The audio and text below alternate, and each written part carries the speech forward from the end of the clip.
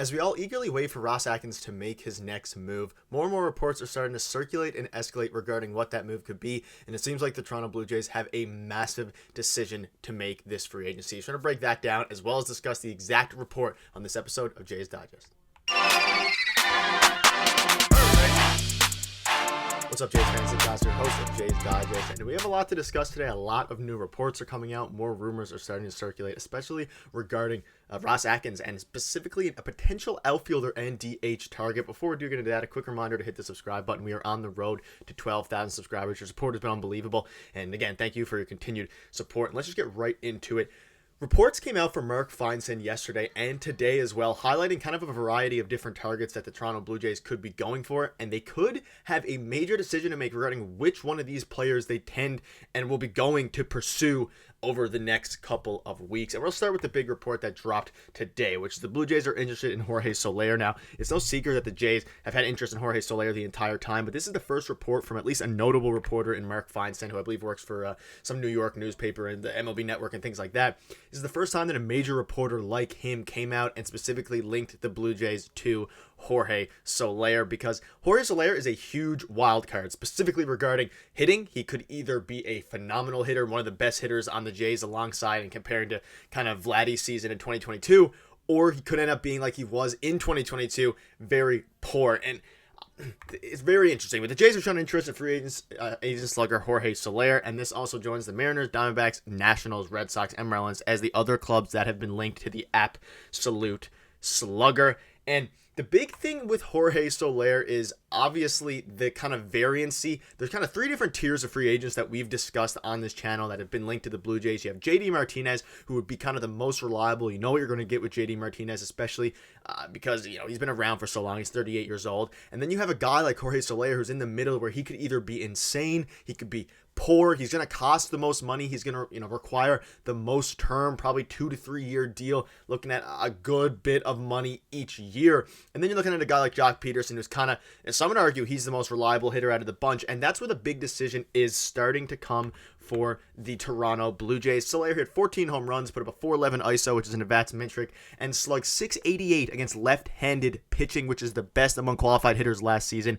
And the Jays ranked last with 34 home runs against left-handed pitching last season. The point is, with Jorge Soler, you're getting a guy who mashes lefties. He can play the field better than the other two guys I mentioned, specifically better than JD Martinez, who does not play at all anymore.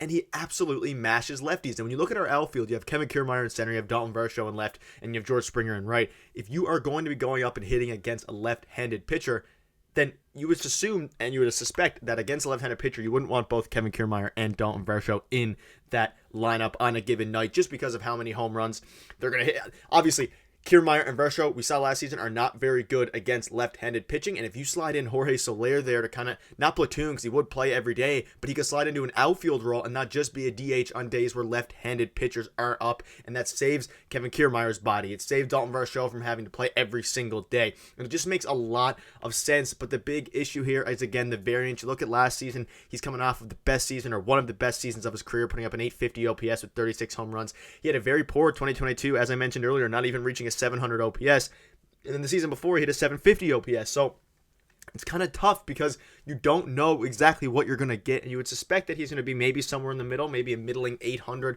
OPS type guy, or the low 800 OPS compared to the 695 he was back in 2022. But the point is he mashes, he hits for absolute power, and he demolishes left-handed pitching. And I understand that he has a lot of variance, but when you're looking at a player that could fit into this Blue Jays roster, obviously JD Martinez would probably be at the top of the list because it's a bit less risk in the sense of he wouldn't command as many years. You'd probably have to do 1 or 2 years with JD, and so Jorge Soler could be looking for a 3 or 4 year deal, especially with how the market's been playing out, and he would cost more money. But JD Martinez is the guy that would be and make a lot of sense as well. But when you're looking at Jorge Soler, he fits perfectly. You can see this tweet by Zach Marshall. It just fits perfectly into what the Blue Jays need based on their current roster construction, and it makes even more sense now that you signed Kevin Kiermaier again, and he is going to be the starting center fielder going forward for the Blue Jays. And again, that immediately slides Dalton Varsho to left field, which means you could easily put them in not a platoon, but to a point where against left-handed pitching, you need a guy who can mash. And you can do that with JD Martinez. You can do that with a lot of these other guys and targets we've discussed. But this gives them the option to actually put Jorge Soler in left field and slide everyone else over. It makes tons of sense to me. And when you're also looking at Mark Feinsand, he linked the Jays to Jorge Soler literally yesterday. They're also a notable suitor for Rhys Hoskins and mentioned them in a Jock Peterson market. And Rhys Hoskins is another guy that could fill the void as well and kind of do what Jorge Soler would do with, I guess, a less reliable rate. We don't know exactly what you're going to get from Rhys Hoskins, but you also don't know what you're going to get from Jorge Soler, and that's where we're at now. We obviously started with Ohtani, and then we went into Yamamoto land, and then we got Isaiah Connor, Fleff, and Kiermaier. The next punch is going to be the biggest punch of the offseason for the Toronto Blue Jays, and the Cody Bellinger talks haven't even completely shut down necessarily. It seems like the market is playing out very, very slowly, and that works to an advantage of Ross Atkins, because if he waits it out, maybe he slides in at the end and outbids the Chicago Cubs and then snags one of Cody Bellinger or one of the big guys, because as much as we've thinking, and a lot of fans think that this offseason has been a failure so far, especially compared to and given the expectations that Ross Atkins set coming in, a lot of these guys and the majority of the guys that we had marked and pinned and written down and circled for Ross Atkins are still available, specifically Jorge Soler, Rhys Hoskins, JD Martinez. All those guys are available, and it's just up to Ross Atkins to be patient. But like Thomas says here, and like Mark Feinsand has basically been saying, and like Thomas says here, Toronto is canvassing the DH field extensively. They want a DH player. They need one. They obviously need one. Brandon Belt is gone, and I think doing it, and I'm starting to get behind the idea of Jorge Soler more and more, and I'm curious to see what you all think in the comment section, as well as what Peter thinks. He's not going to be able to make it today, but it's such an interesting fit, because the more you think about it, Jorge Soler, even if he doesn't have a great season, he still will match lefties. He'll still be that middle of the lineup power threat, and he can play the outfield. And as much as we're saying we don't need to clog the outfield anymore, if you slide in a power righty in left field, let's say, on a day where there's a lefty pitching, you slide Varsho over to center, and then you take Kiermaier out for a day. You could flip those two between Kiermaier and Varsho, depending who you want to play, depending who's hot. Not having Kiermaier and Varsho in there every single day would be a benefit to everybody involved, especially when you have a guy like Jorge Soler in left field who could immediately slide in there and be a 40 home run potential guy. And that's why I'm starting to get behind the Jorge Soler stuff. And you can also look at Jock Peterson. He's not on the same necessarily level, but when you're looking at actually the stats, the Jays have been linked to Jock Peterson a ton. He had a phenomenal year in 2022, an unbelievable year. He was an all-star. He hit 23 home runs. And then last season, he kind of downgraded a little bit, but Jock Peterson's a guy who's super underrated as well and could also fit into a decent spot, specifically probably the DH spot that we've been talking about, replacing Brandon Belt, and he would replace Brandon Belt like any of these guys would. But I don't know. I'm more so getting on the Jorge Soler train. I understand that it's going to be more risky. It's going to cost more term. It's going to cost more money. But why not take the risk? He can play outfield, not at a very good rate, but he can play it. He has a decent arm, and he absolutely mashes lefties. And even in a down year, you know what you're going to get out of him. And we talk about this 2 to 3 year window all the time with Vlad and Bo. I mixed them now, Vlad and Bo and Vlad.